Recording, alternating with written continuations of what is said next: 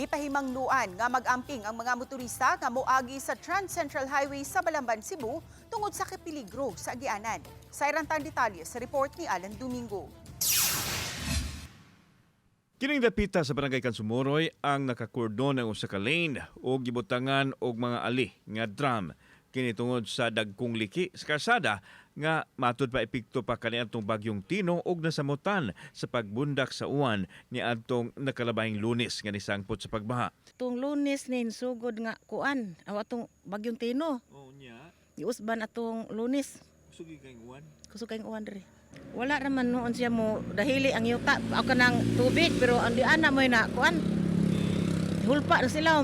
Alang sa mga motorista, umataw mo agi din dapita sa Trans Central Highway sa Barangay Kansumoroy, lungsod sa Balamban, kinahanglag magmatngon tungod kay delikado kaayo ang agianan.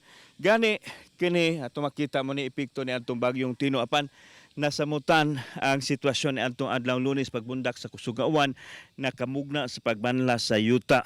Ato makita halo na kining dapita. Giulagway sa mga mulupyo sa dapit nga kada bundak sa uwan magsigi og kakankan ang yuta nga mahinungdan nga nahalo na ang ilawom sa parte sa kalsada. Gani ni atong Lunes sa hapon nakasinati og grabing pagbaha ang Trans Central Highway human mobundak ang kusog nga uwan. Nabalaka sila nga kun dili kini maaksyonan dayon basin makamugna pa kini og dagkong problema. Madok lagi ko usay mo bakit ko sa kong apo. Anang bahay din ng dos.